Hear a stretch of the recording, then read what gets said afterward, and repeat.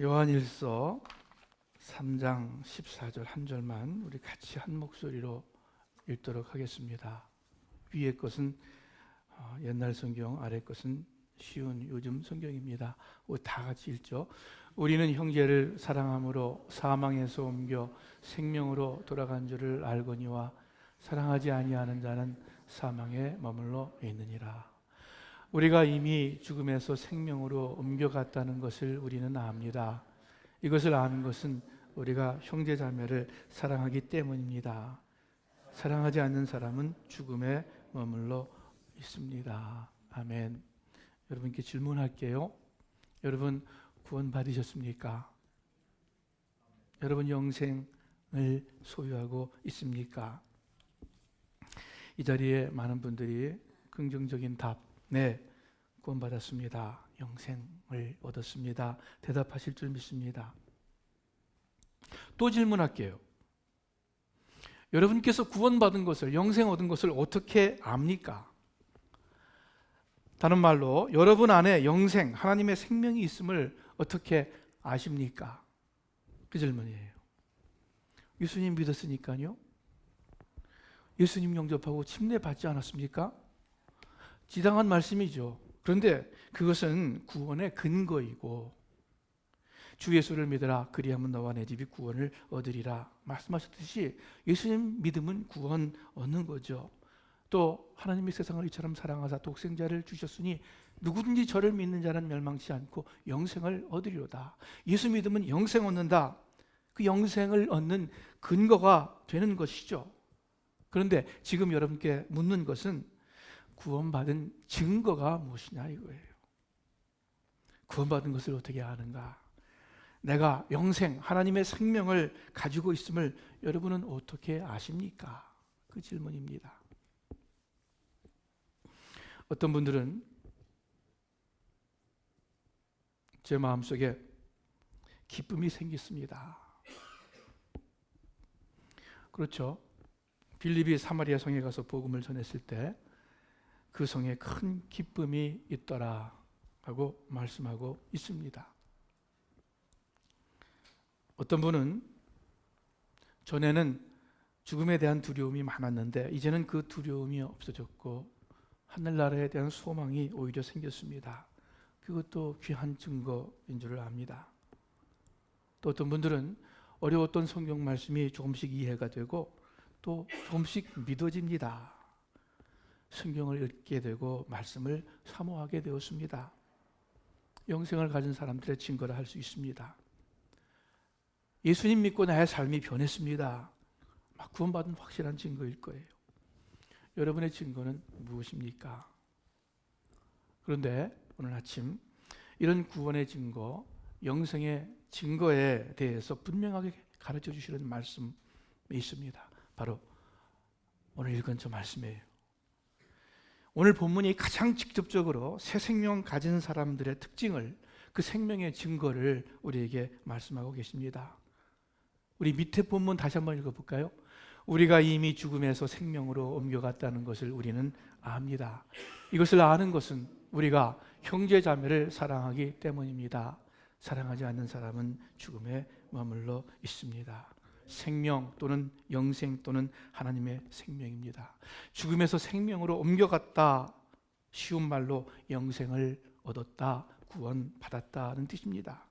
그런데 그 사실을 어떻게 안다고요? 이것을 아는 것은 우리가 형제 자매를 사랑하기 때문입니다.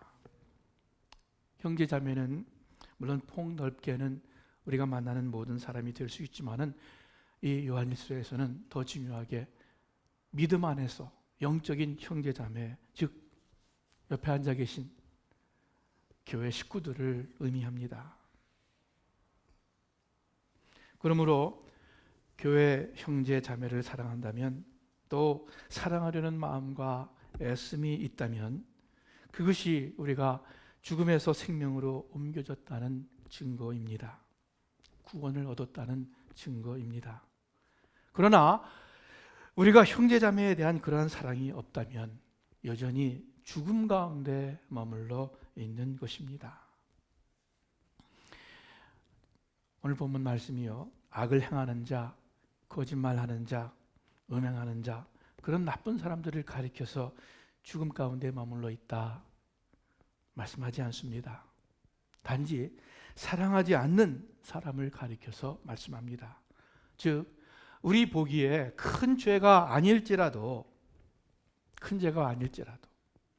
사랑하지 않으면 여전히 죽음 가운데 머물러 있는 것입니다. 여러분, 사랑이 무엇입니까? 사랑한다는 것은 이웃을 위해, 이웃의 참 기쁨과 유익을 위해 섬김과 희생을 통해서 베푸는 능동적인 행동입니다. 그러므로 나는 살면서 크게 죄 지은 일 없는데, 나는 비교적 정직하게 살았어, 남한테 크게 나쁜 일 한 것 별로 없어, 여러분 그렇게 생각한다 하시더라도 사랑하는 것은 아니에요.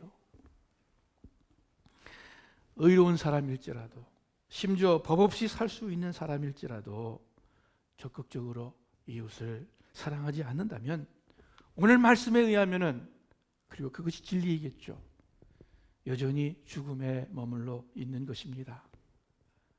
그래서 성경의 또 다른 곳에서는 사람이 선을 행할 줄 알고도 행치 아니하면 왜요?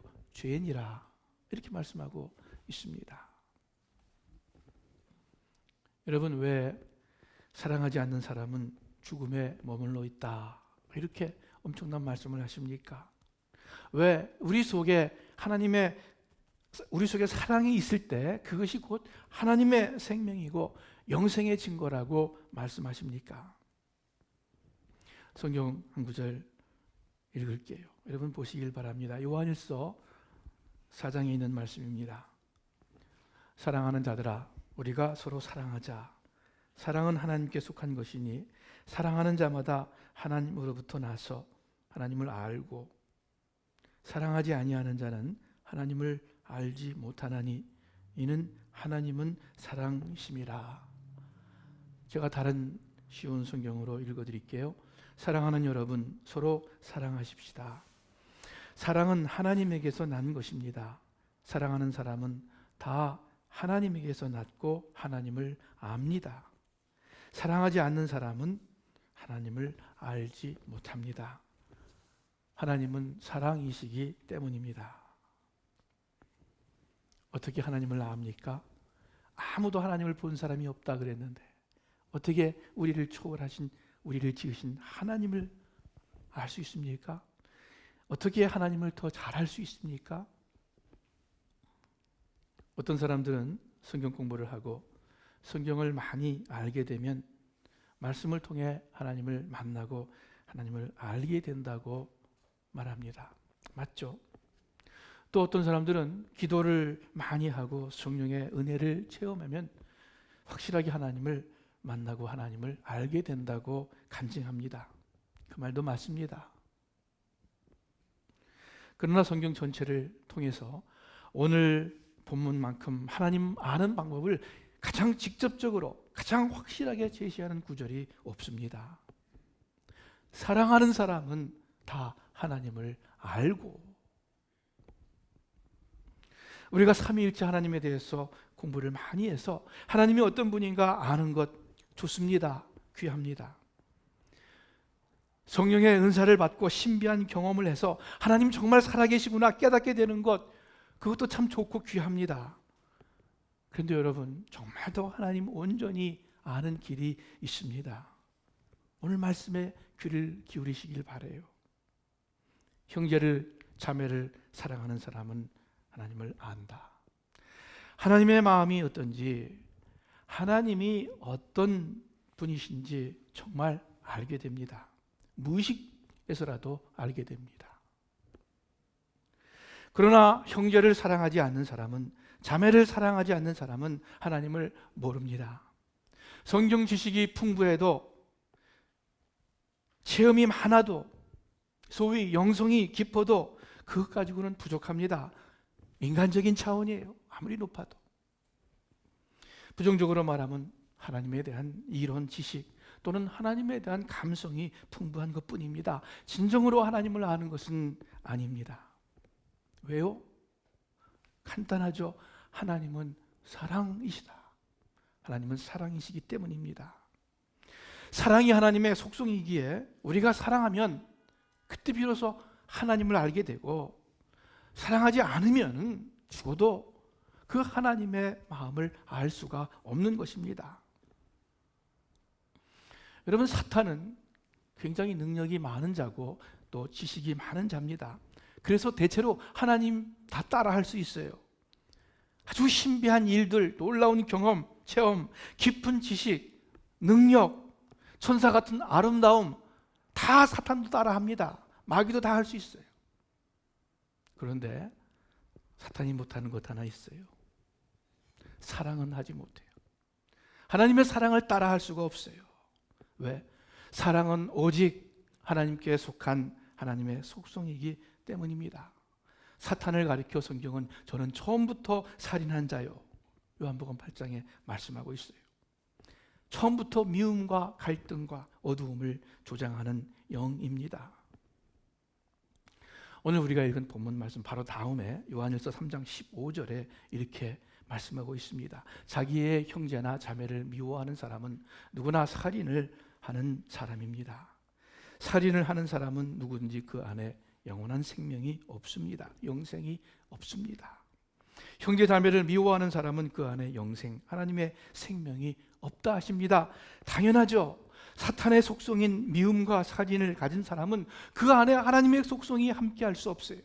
하나님의 생명이 자리를 잡을 수가 결코 없습니다. 여러분, 우리 흔히 영생, 영원한 생명, 하나님의 생명이라는 단어를 교회에서 많이 듣습니다. 영생의 뜻이 무엇이죠? 일반적으로 두 가지 우리가 이야기합니다. 영생은 첫째로 죽음 후에 영원한 생명, 하늘나라의 삶을 의미합니다. 그런데 그뿐만 아니라 이 땅에서 하나님 안에서 누리는 풍성한 생명, 그것도 영생이라고 이야기합니다. 근데 오늘 요한 사도는, 이 요한일서를 지은 요한 사도죠, 요한복음에서 영생을 이렇게 정의합니다. 영생은, 제가 읽을게요. 곧 유일하신 참 하나님과 그의 보내신 자 예수 그리스도를 아는 것이니이다. 쉬운 말로 영생은 오직 한 분이신 참 하나님 아버지와 아버지께서 보내신 예수 그리스도를 아는 것입니다. 하나님을 아는 것이, 진실로 아는 것이 영생이라 말씀합니다. 그러면은 왜 사랑하는 것이 영생의 증거인지 알 수 있습니다. 사랑하는 자가 참으로 하나님을 압니다. 하나님을 아는 것이 영생입니다. 그러니까 사랑하는 자는 영생을 알고 누립니다. 사랑이 영생의, 생명의 증거예요. 아마 여러분들 가운데 이렇게 말씀하시는 분들이 있을 것 같아요. 저는 예수님을 믿고 영생을 얻었는데, 그런데 이웃에 대한 관심과 사랑이 별로 없습니다. 오히려 미워하는 사람만 많이 있습니다. 저는 어떻게 된 거죠? 그러면요, 여러분 그렇게 많이 질문하신다면 여러분 속에 정말 하나님의 생명이 있는지 한번 돌아보시기를 바라요. 정말 구원받았는지, 정말 예수님 믿고 구원받았는지 한번 생각해 보시길 바라요. 우리가 진정으로 구원을 받았다면 나의 죄를 회개하고 내 죄를 대신해서 돌아가신 그 예수님의 사랑과 용서를 알고 예수님 영접했다면, 그래서 그 하나님의 생명이 내 안에 들어왔다면 사랑이 그렇게 없을 수가 있을까?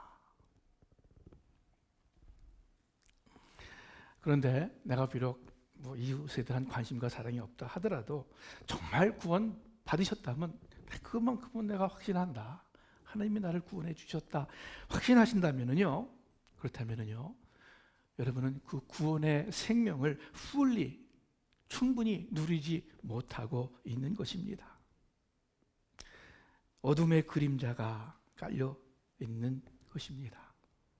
나중에 하늘나라는 가겠죠. 그러나 우리 예수님께서 천국이 이미 너희 가운데 임했다 말씀하신 그 이생에서의 천국은 모르는 것입니다. 경험하지 못하는 거예요. 불 가운데 몸만 간신히 탈출한 부끄러운 구원이라고 말씀합니다. 하나님의 생명이 육신의 그 속성에 눌려서 빛을 발하지 못하고 있는 것입니다. 가시떨기에 떨어진 씨앗이 가시의 기운에 막혀 열매를 맺지 못하는 것입니다. 하나님께서 얼마나 답답하게 여기실까? 하나님께서 얼마나 안타깝게 여기실까? 예수님께서 내가 온 것은 양으로 생명을 얻게 하고 더욱 풍성히 얻게 하려는 것이다. 하나님의 아들 예수 그리스도께서 이 땅에 오시고 십자가에 달려 고통 가운데 돌아가시고 부활하신 것은 여러분과 제가 그냥 근근히 호흡만을 유지하는 그런 생명이 아니라 정말 활기차게, 정말 기쁘게 살아가는 그러한 풍성한 생명을 주시기 위해서 이 땅에 오셨고 십자가 지셨고 부활하신 것입니다. 이 풍성한 생명이 형제 자매를 사랑하는 것에 달려 있습니다. 우리 스트반 교회 식구 여러분들 서로 더욱 사랑하시기를 바랍니다. 의식적으로 여러분 애쓰시기를 바랍니다. 무엇보다 내가 이웃을 사랑하게 해달라고 기도하시기를 바랍니다. 여러분과 저에게 필요한 기도는 그것밖에는 없어요. 그것밖에는. 말로만이 아니라 구체적으로 사랑하기를 바랍니다. 나와 뭔지 소원한 사람, 나와 뭔지 마음이 코드가 안 맞는 사람, 또 내가 볼 때 자격이 없는 사람, 그런 사람을 더욱 사랑하시길 바랍니다. 그것이 영생의 증거입니다. 사랑하는 것이 영생의 증거다 했습니다. 그렇다면 여러분과 제가 알아야 할 것 하나 있어요. 그것은 사랑의 계명은 어떤 한 부분이 아니고 어떤 스타일이 아닙니다. 하면 좋고 안 하면 할 수 없는 그러한 옵션이 아니에요. 선택이 아니에요. 사랑하고 안 하고는 죽음과 생명의 문제입니다. 사랑함으로써 사망에서 생명으로 옮겨간 것을 우리가 안다 말씀하고 있기 때문입니다. 사랑은 절대적인 거예요. 절대적인 계명이에요. 그리스도인들이 실천해야 할 여러 많은 일들 중에 크리스찬 덕목 중에 하나가 아니에요. 그리스도인 삶의 모든 방면에서 모든 믿음의 삶의 기본이고 기초가 됩니다. 그러므로 나는 사랑이 부족하지만 기도는 열심히 하고 있어. 나는 교회 식구들 잘 관심 갖지 못하지만 그러나 내 맡은 일 봉사는 열심히 하고 있어. 사랑이 좀 부족하더라도 내가 정직하고 정의롭게 살면 되지 않을까? 이거 다 틀린 생각이에요. 다 틀린 말이에요. 왜냐하면 사랑이 성도의 삶의 기초이고 기본이기 때문입니다. 모든 믿음의 삶이 이 사랑에 달려있기 때문입니다. 여러분, 사랑이 아니라면 봉사도 하지 마십시오. 제가 감히 이렇게 말합니다. 그것은 죽은 행실입니다. 유대인들이 열심히 있었지만 하나님의 의를 모르고 자기의 의를 세우려고 힘써 하나님의 의를 따르지 않았듯이 사랑을 모르는 봉사가 바로 그렇습니다. 죽은 행위라고 성경은 말씀합니다. 사랑이 아니라면 구제도 하지 마십시오. 내게 있는 모든 것으로 구제하고 내 몸을 불사르게 내어줄지라도 사랑이 없으면 내게 아무 유익이 없느니라 하지 않으셨습니까? 아무 유익이 없는 그런 구제를 무엇하러 하겠습니까? 사랑이 아니라면 방언 천사의 말도 하지 마십시오. 주위 사람들을 시끄럽게 하는 울리는 꽹과리가 될 뿐입니다. 사랑이 아니면 여러분 성경 지식도 쌓을 필요 없습니다. 모든 비밀과 모든 지식을 알아도 사랑이 없으면 내가 아무것도 아니요. 아무것도 아닌 것을 쓸데없이 왜 합니까? 여러분, 제가 너무 심하게 말하는 것 아닙니까? 조심스러워요, 저도. 여러분께서 새겨 들으시기를 바랍니다. 그러나 이게 성경 말씀 아닙니까? 제가 지나치게 해석하는 것도 아니고 그대로 말씀 전하는 것 아닙니까? 또 하나 말씀드릴까요? 여러분 사랑이 아니라면 기도도 하지 마시길 바랍니다. 예수님께서 너희는 이렇게 기도하라 하시면서 주기도문을 가르쳐 주셨어요. 그 끝날 즈음의 내용이 우리가 우리에게 죄 지은 자를 사하여 준 것 같이 우리의 죄를 사하여 주옵소서. 우리가 우리에게 죄 지은 자를 용서해 준 것 같이 그것대로 우리의 죄를 용서해 주옵소서. 그러면서 예수님께서 곧바로 무엇을 말씀하시는 줄 아세요? 마태복음 6장 14절의 말씀, 우리 다 같이 한번 읽어보죠. 너희가 사람의 잘못을 용서하면 너희 하늘 아버지께서도 너희 잘못을 용서하시려니와 너희가 사람의 잘못을 용서하지 아니하면 너희 아버지께서도 너희 잘못을 용서하지 아니하시리라. 아멘. 이웃의 허물과 죄를 마음으로 용서하고 용납하고 기도하라는 뜻입니다. 왜요? 용서받지 못한 죄가 있으면 기도가 막히기 때문입니다. 이사야서 59장에 제가 읽을게요. 여러분 눈으로 보시길 바랍니다. 여호와의 손이 짧아 구원하지 못하심도 아니요 귀가 둔하여 듣지 못하심도 아니라 오직 너희 죄악이 너희와 너희 하나님 사이를 갈라놓았고 너희 죄가 그의 얼굴을 가리워서 너희에게서 듣지 않으시게 함이니라. 용서받지 못한 죄가 있으면 그 죄가 우리의 기도를 막습니다. 기도 아무리 많이 해도 소용없다는 뜻 아닙니까? 하나님께서 듣지 않는다, 듣지 못한다 말씀하십니다. 그래서 죄사함을 받고 하나님과 우리 사이에 막힌 담이, 그 죄악이 없어져야만 합니다. 용서받아야만 됩니다. 그래야만 그 기도가 성달이 됩니다. 그런데 주님 말씀이 그 죄가 용서받으려면은 먼저 우리가 우리 형제 자매의 잘못을 용서해야 된다. 용서해야 한다. 말씀하십니다. 참된 용서와 용납만큼 사랑이 필요한 것이 없습니다. 용서와 용납이 정말 사랑하는 거예요. 이 사랑이 아니라면 기도가 소용이 없습니다. 이펙티브하지 못해요. 그래서 사랑이 아니라면 기도도 하지 마십시오. 감히 말씀을 드리는 것입니다. 마지막으로 한 가지만 또 얘기할게요. 사랑이 아니라면은 여러분 예배 드리러 오지도 마십시오. 네.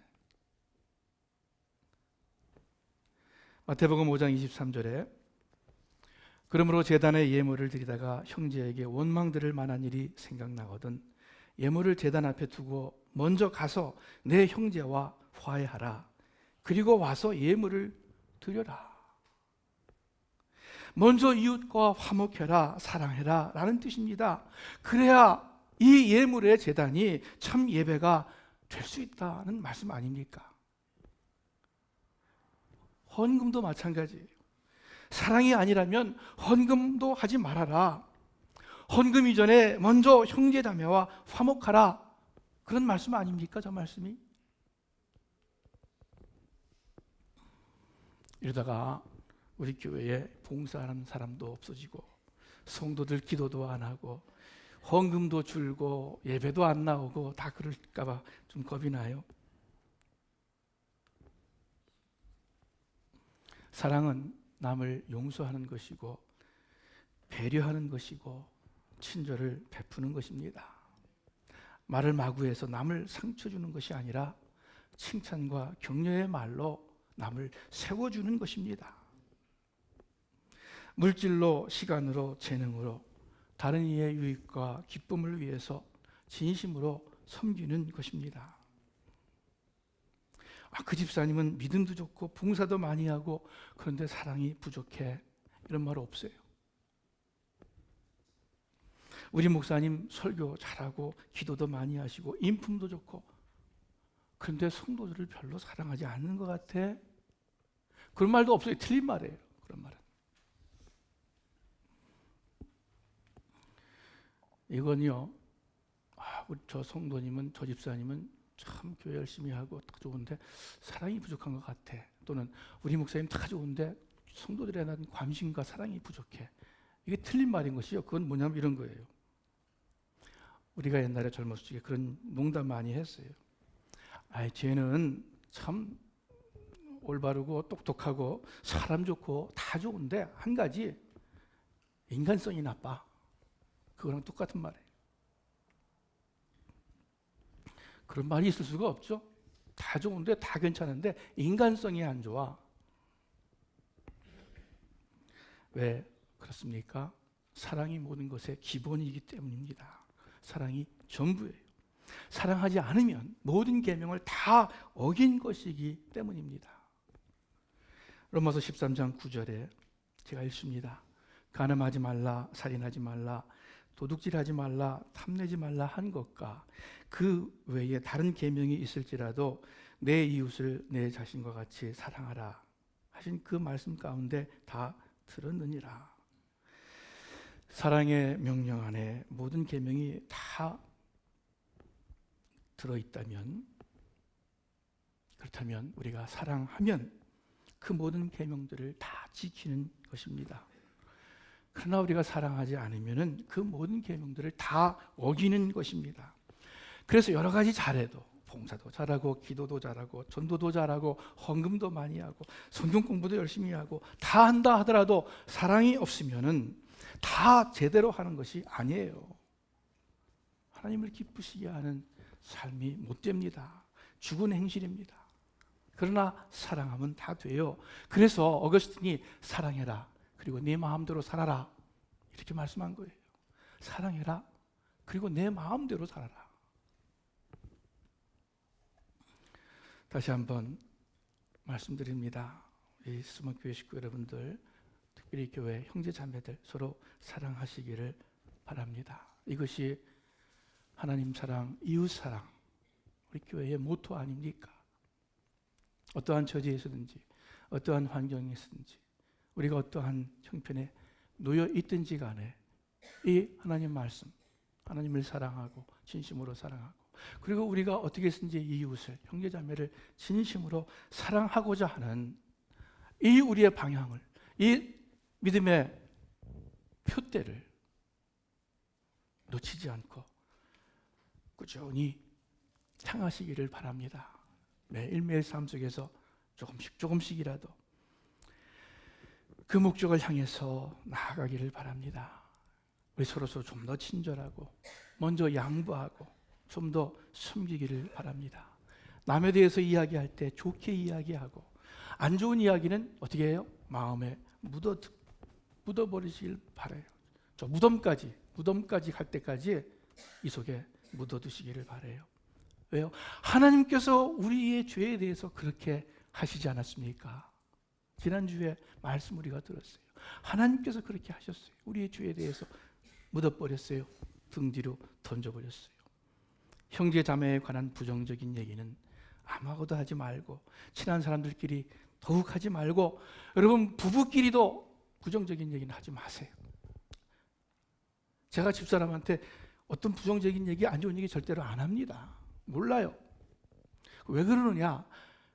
뭐 다른 거 차치하고요, 나를 위해서 그래요. 내가 부정적인 얘기 한마디 하면은 한마디 하는 만큼 내 마음이 어두워지는 거고 내가 주님으로부터 멀어지는 거게 되기 때문에 그래요.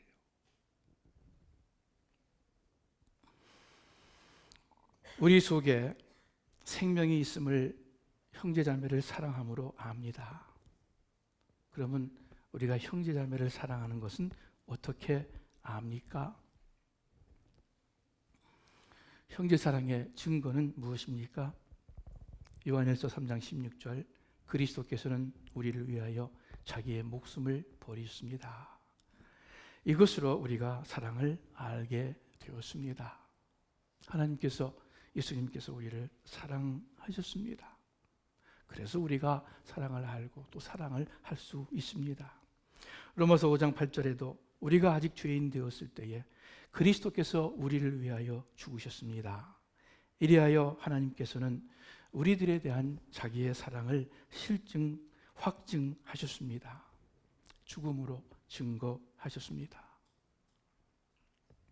우리 사랑하는 수만 교회 식구 여러분들, 하나님께서 여러분과 저를 지극히 사랑하셨고 지금도 사랑하시고 앞으로도 사랑하실 것입니다. 우리를 향한 하나님의 속성이 사랑이기 때문입니다. 마찬가지로 그 사랑을 받은 여러분과 저 사랑해서 믿음 생활 하시기를 우리 주님의 이름으로 축원합니다. 기도하겠습니다. 하나님 아버지, 미움 밖에는 없었던 저희들인데, 어두움 밖에는 없었던 저희들인데 이 땅에 예수님 보내주셔서 빛을 보내주셔서 사랑을 알게 하시고 빛을 받게 하신 것 감사를 드립니다. 하나님 아버지, 그런데 아직까지 우리 육신의 속성이 남아있어서 내 중심으로 또 내 이기적으로 질투하고 시기하고 미워하는 그러한 모습이 남아있음을 하나님 고백합니다. 간절히 바라옵기는 저희들 또 예수님 따라 살게 하여 주시옵소서. 성령님 도와주셔서 우리가 예수님께서 우리를 사랑하신 것처럼 그렇게 우리 이웃을 사랑할 수 있도록, 원수를 사랑할 수 있도록 하나님 도와주시옵소서. 예수님의 이름으로 기도합니다.